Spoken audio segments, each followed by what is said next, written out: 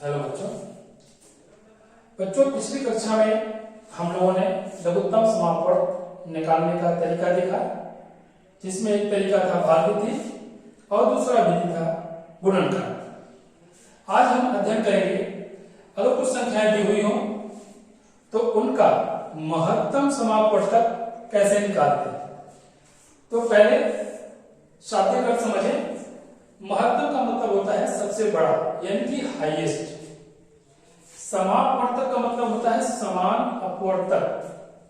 समान अपवर्तक यानी कि समान मतलब कॉमन, अपवर्तक मतलब फैक्टर, गुणनखंड। अपवर्तक को हम लोग गुणनखंड भी कहते हैं दूसरी भाषा में। तो उसका महत्तम समापवर्तक का जो शॉर्टकट है वो मसल होता है, और इंग्लिश में हम उसको HCF कहते हैं, हाईएस्ट कॉमन फैक्टर। यानी कि इसमें हम सबसे पहले दी हुई संख्याओं का गुणनखंड करते हैं।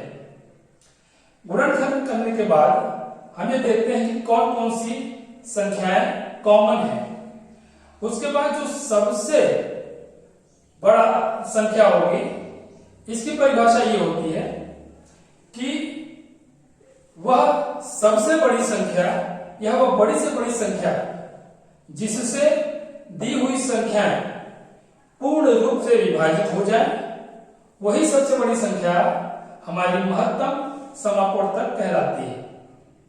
हम एक एग्जाम्पल लेकर के पहले हम भाग विधि से कैसे निकालते हैं इसको हम अध्ययन करते हैं।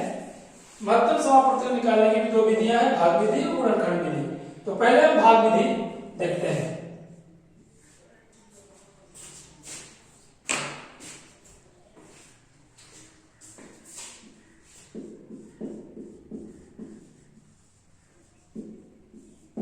मान लिया जो हमने पहले संख्या ली हुई थी लघुत्तम समापवर्तक में 24, 36 एवं 54, इसी का अब हम लोग मसक निकालते हैं, यानी कि महत्तम समापवर्तक निकालते हैं।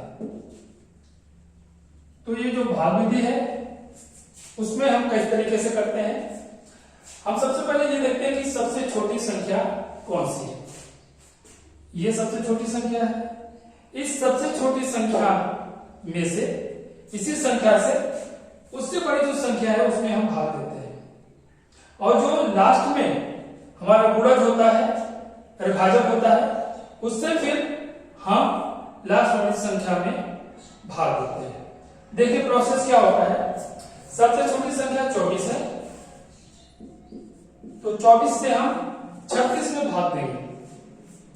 24 से हमने 36 में ये भाग दिया, तो 24 से कम 24 बचा। घटाने पे आ गया ये 2 और ये 1। ये हमारा शेषफल है। अब इस शेषफल से पहले भाजक में हम भाग देंगे। पहला भाजक हमारा क्या है? 24, यानी कि सबसे छोटी संख्या या पहला भाजक। इससे हम भाग देंगे तो 12 गुना 24 ही पूरी तरीके से कट गया। तो अब ये हो गया हमारा 12। इस भाजक से, इस 12 से अब हम तीसरी संख्या यानी कि 54 में भाग देंगे।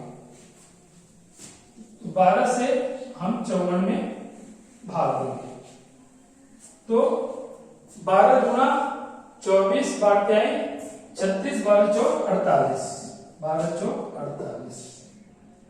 ये कटेगा तो ये आएगा 14 में से 8 गया 6। अब ये जो हमारा शेषफल है ये हमारा भाजक का काम करेगा, और ये जो हमारा भाजक है उसमें हम भाग देंगे। 6 गुना 12। तो ये जो लास्ट में भाजक होता है वही हमारा महत्तम समापवर्तक कहलाता है। ये 6 हमारा महत्तम समापवर्तक हुआ।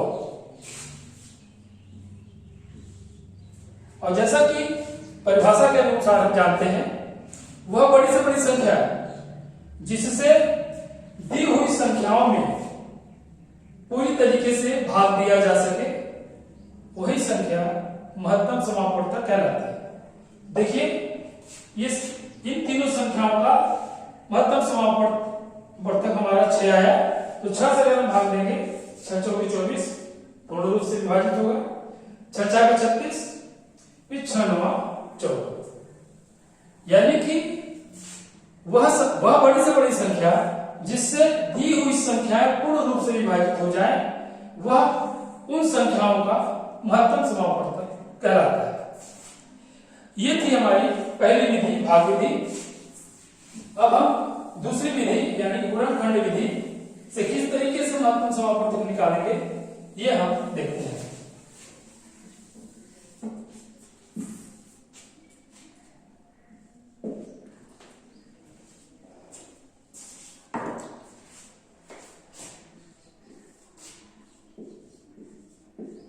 गुणनखंड विधि।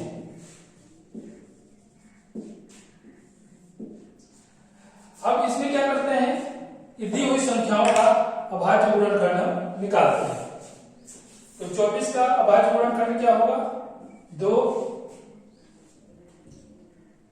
में भाग देंगे 12 से, अरे 2 से 24 में भाग देंगे तो 12 आएगा, फिर 2 से भाग देंगे तो 6 आएगा, फिर 2 से भाग देंगे तो 3 आएगा।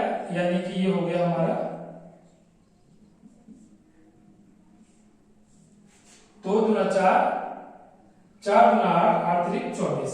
ये हमारा अभाज्य गुणनखंड हो गया 24 का।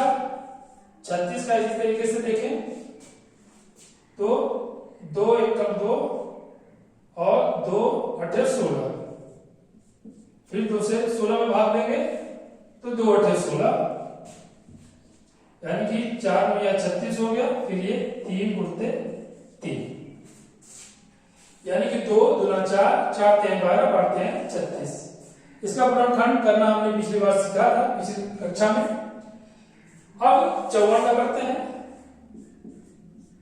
2 से भाग देंगे तो 27 बार जाएगा, 27 में 3 से भाग देंगे तो 9 बार जाएगा, फिर 3 से 9 में भाग देंगे तो ये हो जाएगा। यानी कि 2 3 6, 6 3 18, 18 3 14। ये अभाज्य गुणनखंड हमारे हो गए 24, 36 और 14।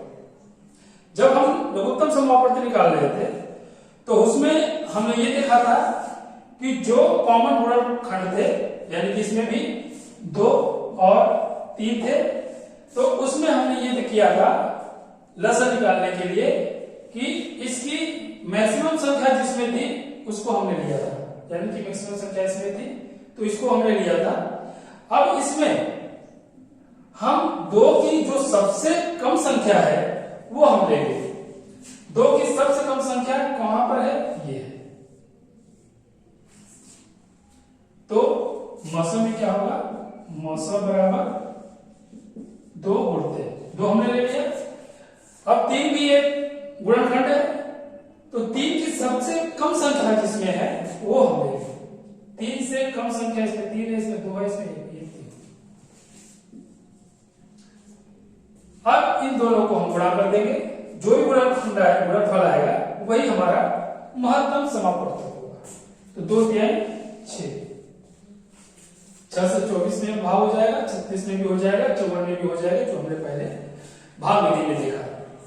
तो भाग विधि से भी हमने निकाला, तो इन तीनों संख्याओं का मसर 6 आया था। गुणनखंड विधि में भी ये मसर 6 आया।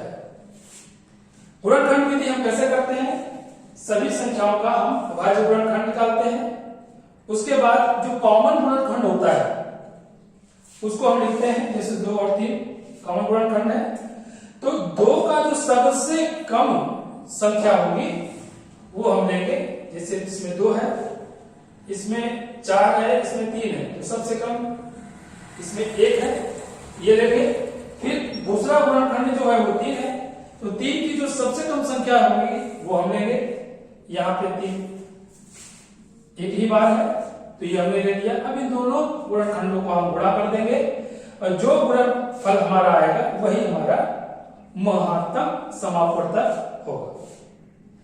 तो महत्तम समापवर्तक को हमने समझने का प्रयास किया, दोनों विधियों को देखा, भाग विधि और गुणनखंड विधि। अब हमने लघुत्तम समापवर्त और महत्तम समापवर्तक हम लोगों ने अध्ययन कर लिया। अब अगली कक्षा में इन दोनों यानी रस और मस पे आधारित कठिन प्रश्नों को हल करेंगे। तब तक के लिए आपका दिन शुभ।